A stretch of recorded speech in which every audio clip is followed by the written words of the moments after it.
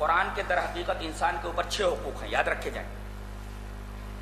یہ جزدانوں میں بسا کر کے، جزدانوں میں لپیٹ کر کے، خوشبو میں بسا کر کے تاکنیسیاں پر رکھنے کے لیے نہیں آیا ہے، بلکہ اس کے حقوق ہیں. وہ حقوق آپ کو ادا کرنے ہیں. کتنے حقوق ہیں؟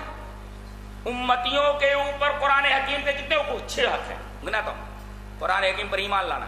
ایمان لانے کا مطلب یہ اللہ کا کلام، پڑھنا، سمجھنا، عمل کرنا، دوسروں تک پہنچانا، اور اس کی جگہ پر کسی اور کتاب کو ترجیح نہ دینا. 6 حق ہیں. پھر سے دیکھو، ایمان لانا یہ اللہ کا کلام، پڑھنا، سمجھنا، عمل کرنا، دوسروں تک پہنچانا، اور اس کی جگہ کسی دوسری کتاب کو نہیں دینا.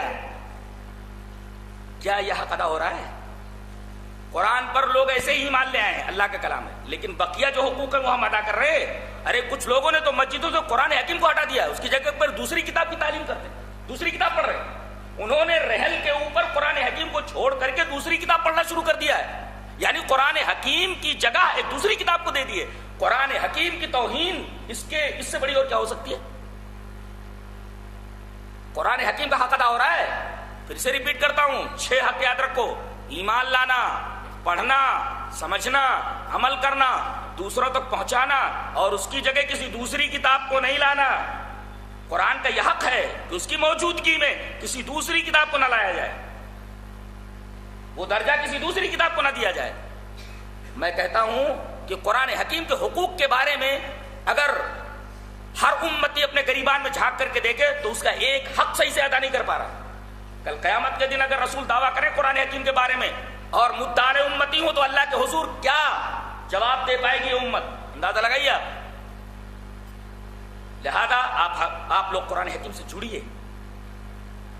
ایک پروپیگنڈا کیا جا رہا ہے کہ قرآن حکیم کو لوگ سمجھ نہیں سکتے. کیا میں سمجھا رہا ہوں آپ کی سمجھ میں نہیں آ رہا ہے؟ بالکل سمجھ میں آ رہا ہے. بچہ سمجھ رہا ہے. کہہ رہے قرآن بڑی مشکل کتاب ہے، اس کو صرف علماء ہی سمجھ سکتے ہیں، اس کو سمجھنے کے لیے 22 علوم کی ضرورت ہے. میں کہتا ہوں قرآن اگر اتنا ہی مشکل تھا تو اس کو امیوں کو اوپر اتارنے کی کیا ضرورت تھی؟ ان پڑھ جو پڑھے لکھے نہیں تھے ان کی سمجھ میں آ گیا. یہ پڑھے لکھے جو ہیں ان کی سمجھ میں نہیں آ رہا ہے. قرآن امیوں کے درمیان نازل کیا گیا. جس کے اوپر یہ قرآن اتارا گیا وہ خود امی تھا. ہمارے نبی امی تھے، پڑھے لکھے نہیں تھے. آپ کے اوپر قرآن اتارا گیا اور آپ جن کے درمیان بھیجے گئے وہ سب امی تھے.